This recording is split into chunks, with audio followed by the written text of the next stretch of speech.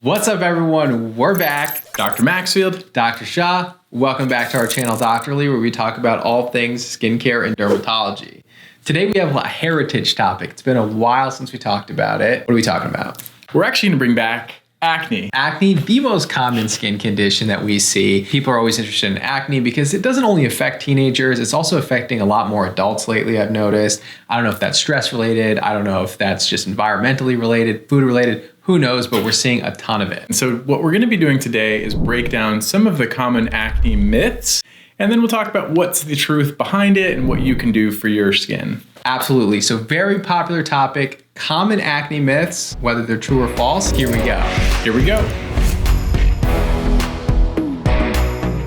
All right, so first up, this video is sponsored by Skin Fix. I think this is, I don't know, fourth, fifth time we've worked with Skin Fix.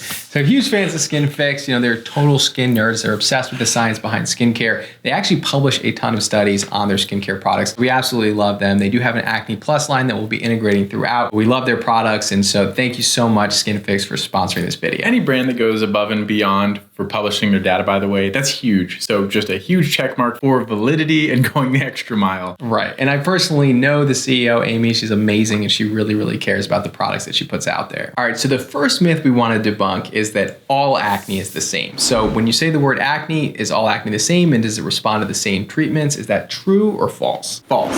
Not only is acne different in terms of severity, mild, moderate, severe, you'll hear us talking about it like that, but also the subtypes of acne. There are multiple subtypes that are different. Right. So you have your multiple subtypes. You have your comedonal acne, which is your blackheads and whiteheads. And then you also have your inflammatory form of acne, which is those pustules that you get that a lot of people want to pop, especially on social media. And then you have your deep-seated nodulous cystic acne, which is those really painful bumps that often lead to scarring. And then also there's the other type, hormonal acne. And it's not actually really a true medical term, but it's what people generally refer to, those deep-seated nodules and cysts along the jawline. It most commonly occurs in women like early 20s, even into the 30s, and it can occur in people who have never had acne before in their life. Right, and this form tends to flare around menstrual cycle, but also all acne is really hormonal, is under hormonal influence because hormones act on your sebaceous glands and they can make your acne worse. And so I'm not in love with the term hormonal acne, but when people say the word hormonal acne, it's the acne that occurs along the jawline, tends to be very painful. Now, the important thing about this and why we really want to emphasize this one first is because since not all acne is the same, it's not treated the same either. So your over-the-counter products that you find that when someone says, hey, this over-the-counter cleanser really treats acne, they're referring to that comedonal acne and that inflammatory acne maybe, but they're not really referring to that nodulous cystic or hormonal acne that's not going to respond really well to your over-the-counter products. And those are the ones where you're going to want to see a dermatologist for. All right, so the next myth, now this is one that I just hear every day, all the time in my comments on social media, is that acne is going to respond really well to drinking more water. This one drives me nuts. I don't know if there's one that bothers me more than this. I don't even know why. Maybe it's just like it has no physiology behind it. I just don't understand how anyone conceptually can put this forward as a treatment. So it's very reductive of people's issue, right? So like somebody comes to you, they have bad skin, they're your friend, maybe they're somebody's kid, and you're just like, well, drink more water. And they're like, well, it's not my fault I have acne and I'm drinking plenty of water. That's really not how your skin is going to do better. There's no, I mean, of course, drinking enough water is good. You know, it's just good for your, circulation and filtering things through your kidneys. You don't want to dehydrate yourself, but ultimately drinking more water is not going to solve your acne issues. Now, there was a study, and we'll link the study below, really interestingly, where they surveyed a bunch of people and they talked about the most common acne myths. And this was the number one thing people thought would help with acne was actually drinking more water. So very, very common myth. Maybe I'm actually like sympathetic to the kidneys. Maybe I feel like they've been slighted because they control our entire water balance within our body. You drink too much water, guess what? You're going to adjust all of your electrolytes and you're going to adjust all of your water output to match it. Just don't sleep on the kidneys. They are helping your body control everything. As long as you drink a normal amount of water, it's not going to contribute, especially to your acne, in any meaningful way. Exactly. That's why when you're dehydrated, your urine is more concentrated. And when you're not dehydrated, it tends to be less concentrated. And that's because your kidneys are already doing a very good job of regulating how much water your body needs. But what does work for treating acne? That's the question, right? So when we're talking about that, now we got to link back to the previous myth. When we're talking about that comedonal and inflammatory acne,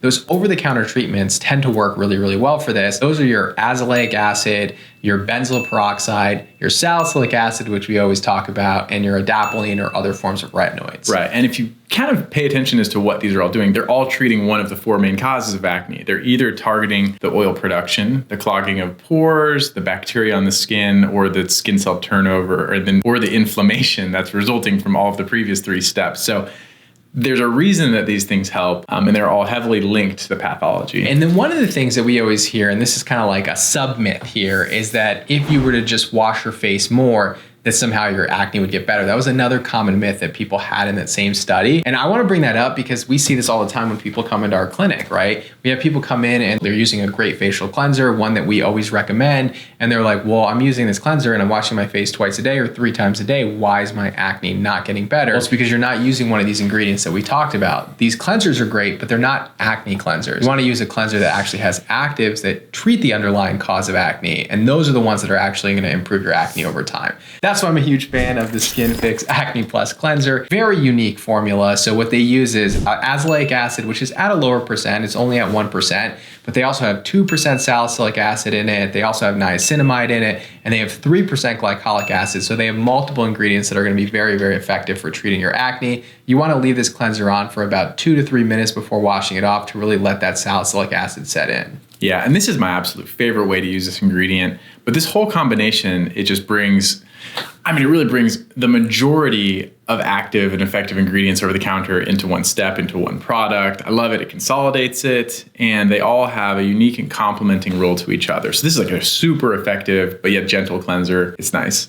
Right, and it's a really nice cleanser. Very like creamy, turns into a foam almost. You can use it for your face and your back. It's very gentle and was also formulated to be safe for people that are prone to malassezia folliculitis or fungal acne. Now, this is something from the Skin Fix headquarters, very important to them. They've studied like every ingredient that contributes to fungus growth, and they avoid them in most of their products, if not all of their products. Very, very important to look for products like this. I think they're the only brand that does this. Next common myth, again, number one thing in this study that people thought could trigger acne is that eating greasy or fried foods will make acne worse. True or false? Okay, so false. But I believed this myself in high school. I've told you guys before, I didn't eat any food product with more than a total of 3 grams of fat. And I did this for actually about 4 years of my life. And as a teenager, I'm actually pretty proud of that willpower. But, it actually inherently in hindsight, now that I'm educated, it probably didn't do me any good. Maybe just built some discipline. Discipline is good. He does have a lot of discipline. I'll give him that. So this is interesting because this is something I also thought, like you would think greasy food, greasy skin, it must have some type of correlation. Fried and greasy foods are actually not linked to acne. Now, if you have kids, you can continue to tell them that it may be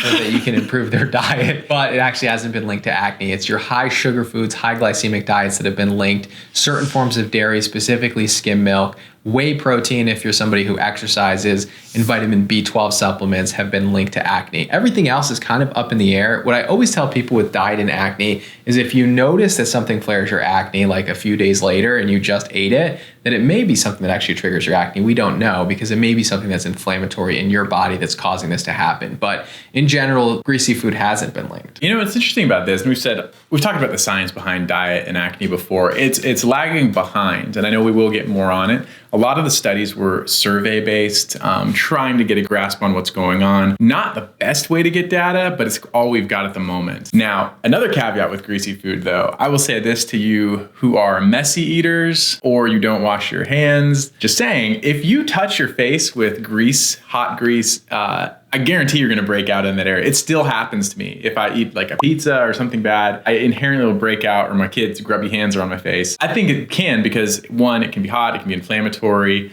it can clog your pores. So it directly could cause acne, I think, if you get it on your skin. We do see a form of this acne mechanica from people who work in like fast food restaurants where they fry a lot of food. It gets aerosolized into the air. So I used to be the fry guy at McDonald's. And when I was the fry guy at McDonald's, I definitely would break out. I had the vibe. No, I didn't know this. You didn't know about this? It's a long story. We'll go into it one day. But I remember that I specifically would break out when I was on fries. Eventually I was on register, in which I didn't break out as much. I don't know if it was because I was eating a lot of the food as well, because we got like an employee discount, but it could have also been the fries causing the grease to be aerosolized. Yep, aerosolized and landing on his skin. It's a thing. So again, to reiterate, we don't really know what in diet triggers skin issues. I think eating a healthy diet overall is going to be very, very important. I actually think that diet is downplayed in dermatology because we're just constricted by the studies that we have, and we just don't have good studies. But I do think eating healthy overall is going to be better for your heart and your skin. Okay, next myth, controversial.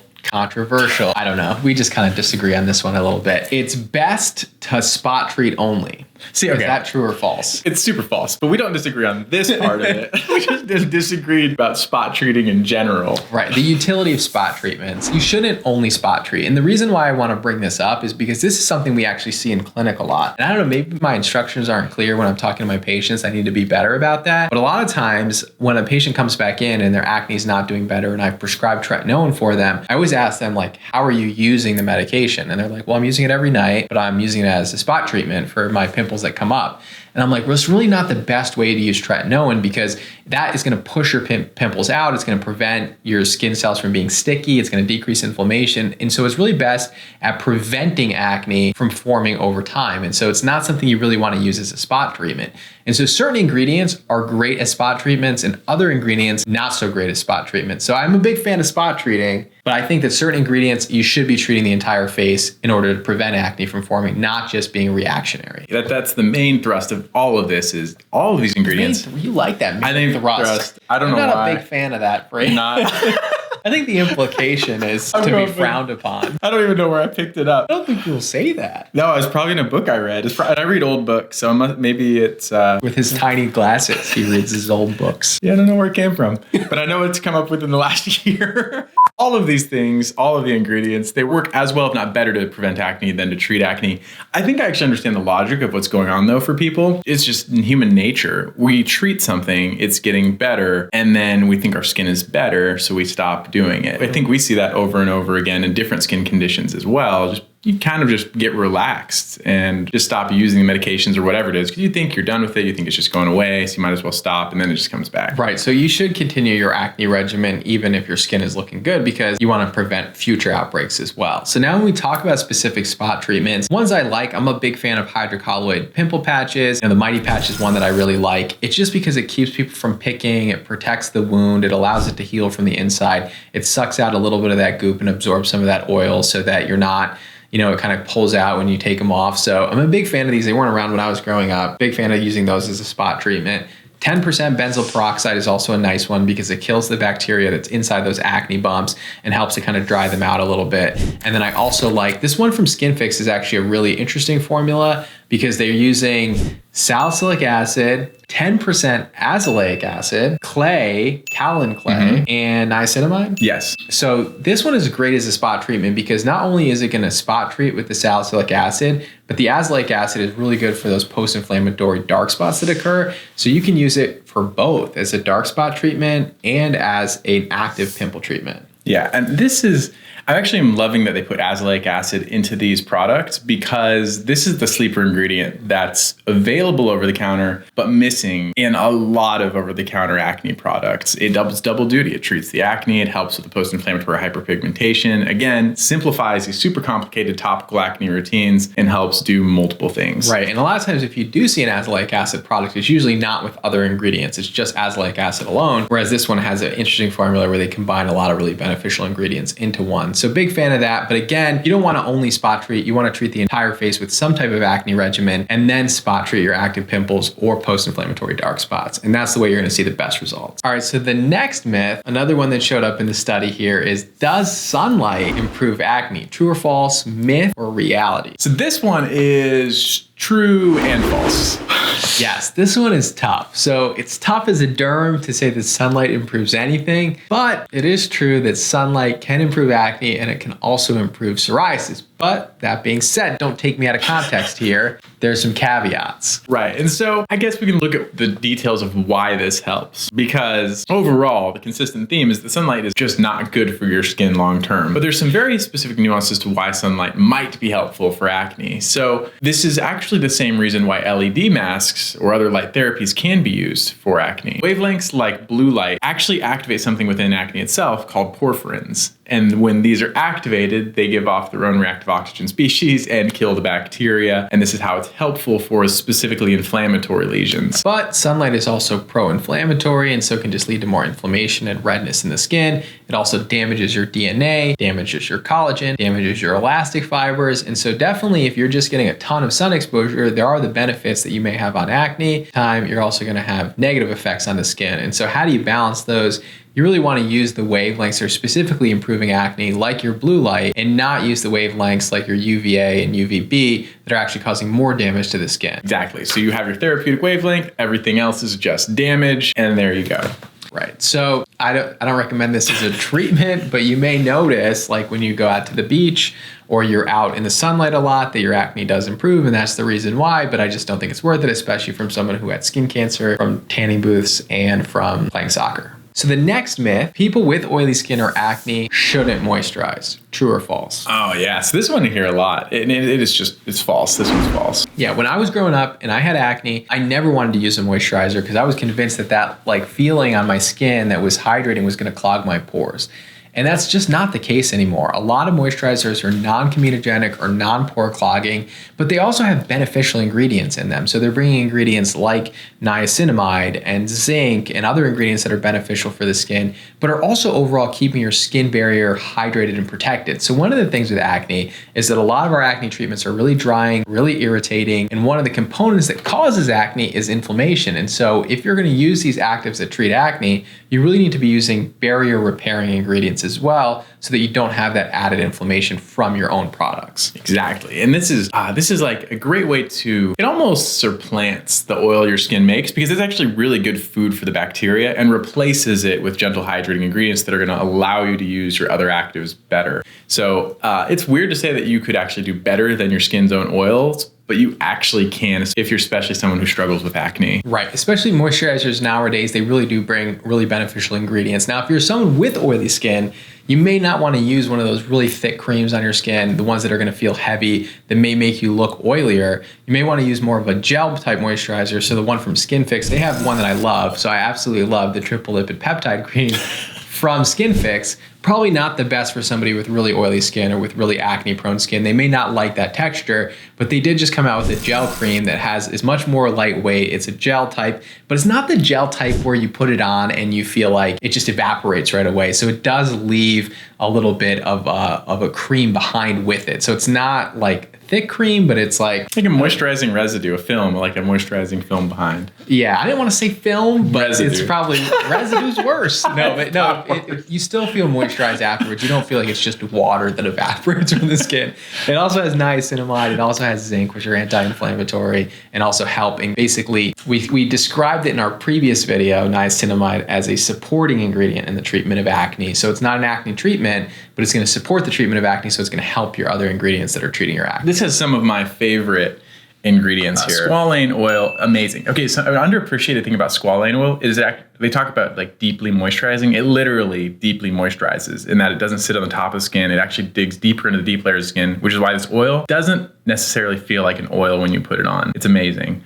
And then we have niacinamide, we have zinc, we have a peptide that acts like a probiotic. We also have, wait for it, allantoin. We have green tea there extract. It is. That's what I was looking for. I knew it was in here. Camellia sinensis, green tea. I love it. It may also help with oil production as a supporting ingredient. Absolutely. So a lot of really supporting ingredients that are not just sitting on top of your skin, but are actually benefiting your skin if you have acne. So the myth here is that if you have acne, you should moisturize. Not only can you moisturize, but you should moisturize, but look for one that's also going to have added benefits in the treatment of your acne. To wrap it up, we do have something special for you We love a discount, and we got feedback on our previous videos that we did with other brands that you guys really like when we give you a discount code for the products that we're talking about. And so we have a 20% discount for the Skin Fix products that we talked about today. You'll see the bundle in the link. You can shop the link and get a discount. Very difficult to find discounts on Skin Fix products in general. You can shop the Skin Fix website or the Sephora website. I think the bundle is only going to be available on the Skin Fix website. So go check that out if you want to try out any of these products. Thank you all so much for tuning in. We appreciate you as always.